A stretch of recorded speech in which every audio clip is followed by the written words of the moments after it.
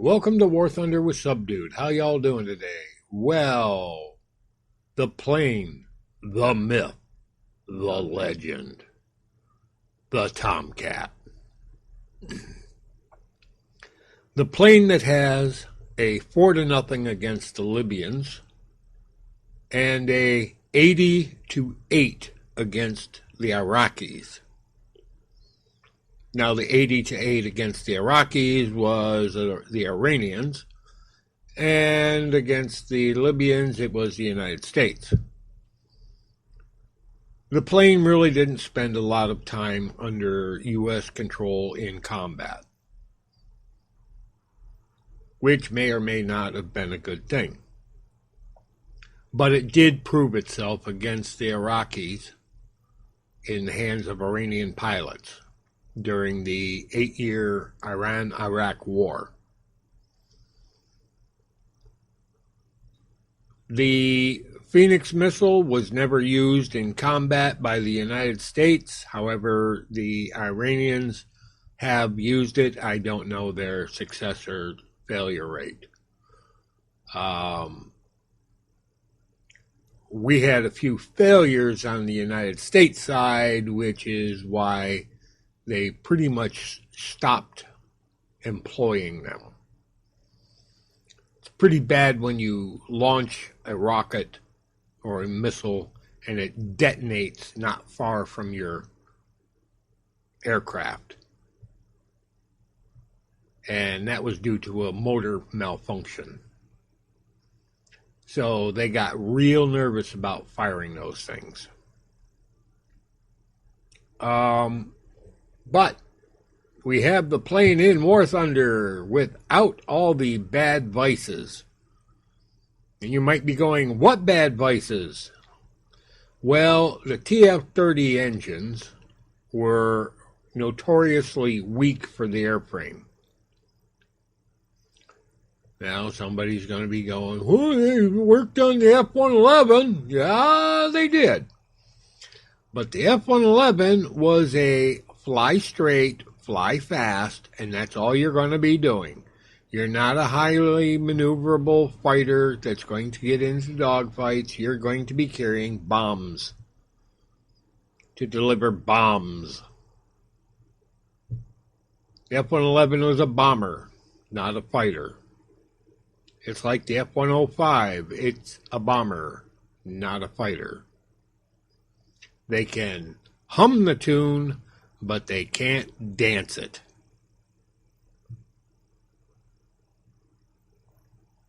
The F-14, on the other hand, is a fighter.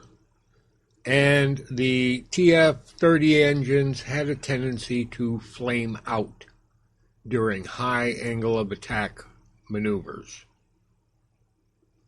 And when they flame out during high angle of attack, that's not good for the pilot and the Rio. That means they got to get that plane started again. And just so that you're aware, we'll pull back a little bit. Those engines are not perfectly aligned. They angle outward slightly. So if you lose one engine, all of a sudden you've got a twisting motion on that aircraft, which is why there are dual rudders to help overcome that. But in a high power environment at low speed where your afterburner's engaged, even the rudders aren't going to be of major help, and you could end up in a flat spin about that fast.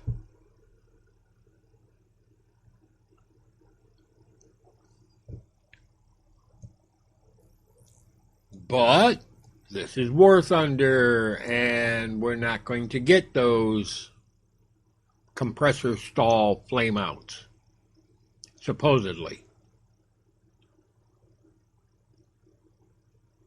Although it'd be more realistic if we did. we'd find a lot of people going, I don't know how to fly this plane. And believe me, I do like flying the plane. It's just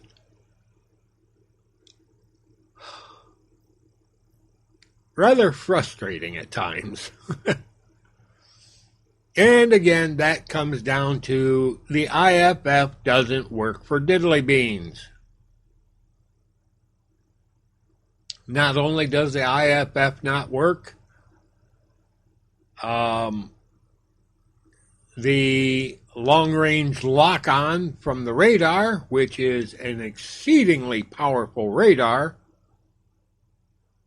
doesn't maintain lock on targets. When you get a lock, if there's a group of planes together, that lock will shift back and forth and up and down. And there is no way to get the weapons system to lock onto a specific aircraft that you want it to. It's just like, I'm not going to play your game. I'm just going to do what I want to do. And I usually end up with a lock being about 60 degrees off from my heading, where I don't even see it because I'm looking at a plane in front of me and I'm pissed because I can't get a missile to lock onto it because it's trying to lock onto something 60 degrees to my left or to my right, or below me or above me.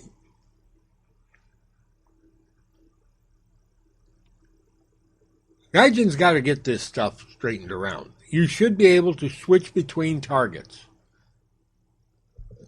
Now, that should be track while scan.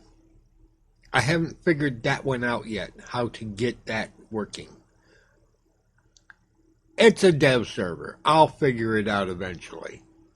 But this is the problem with every radar in the inventory. They'll track whatever they want to track, not what you want them to track. And half the time it's picking a target that, one, is blue on blue, and two, isn't the one that you're going after. That is a problem, especially at this level of play, because it's missile thunder. You need to be able to lock up the target you want to lock up.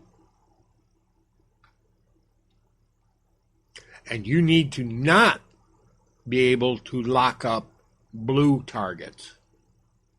I don't care if they're AI. You do not want to lock up blue targets in the game. Your radar and targeting should automatically exclude them. Doesn't matter whether it's a player or an AI, it should exclude those targets, especially for Sarah shots. And the AIM-9G and the AIM-9H, both radar slave.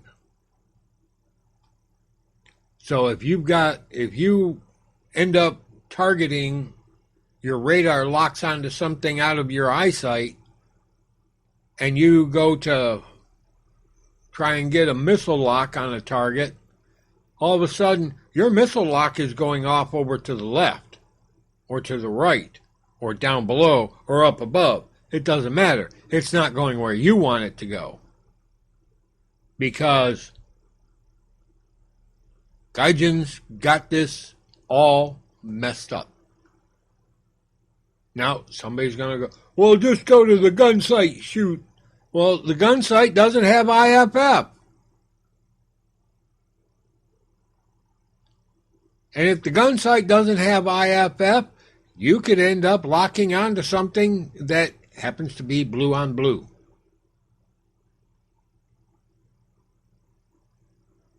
I want to fly my F-14. I want to fly it and lay waste to the enemy team. Am I going to be able to do that? Only time will tell.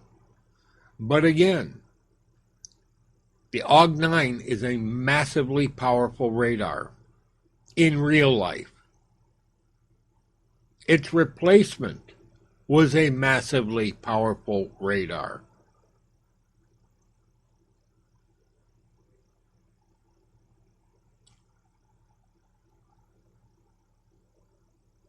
If you're going to put this in the game, then it should reflect reality and real life. We should be able to lock up targets at 100 nautical miles and shoot them at 100 nautical miles.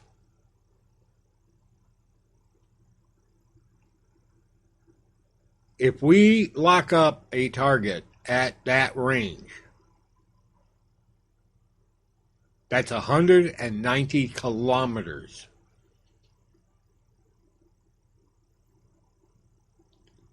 That's the range of the Phoenix missile, the AIM-54.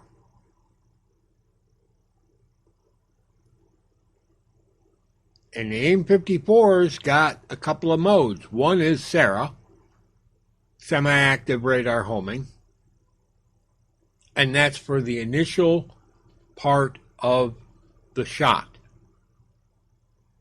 It guides itself to the target based upon returns from your radar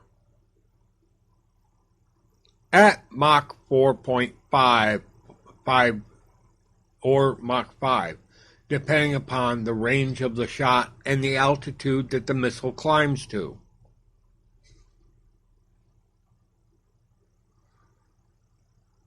I don't think Gaijin is letting it go in its parabolic course, because I haven't been able to get a lock on anything at that range, and I can't fire the missile and watch it climb up and then come down. They all seem to go straight.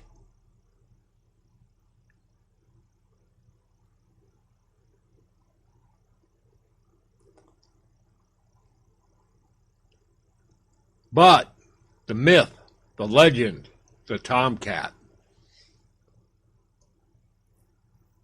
Truly a beautiful aircraft. It's almost got like an S shape to the body.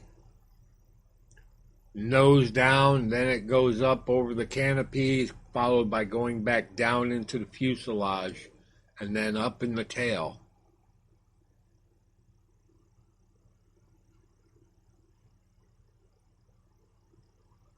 It's a beautiful plane.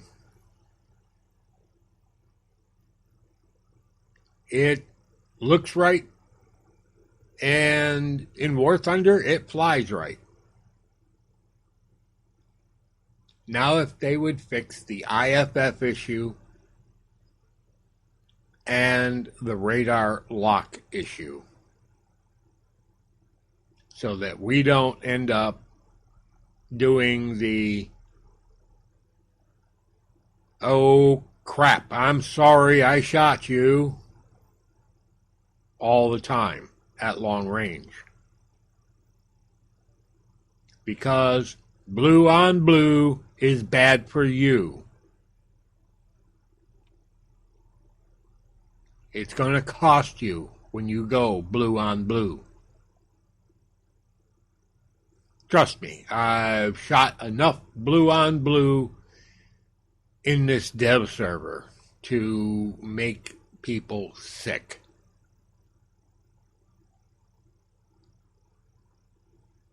And the radar won't lock up in a furball. Trust me, you'll go blue on blue every time you go for a radar lock on a target. In a furball, it doesn't work.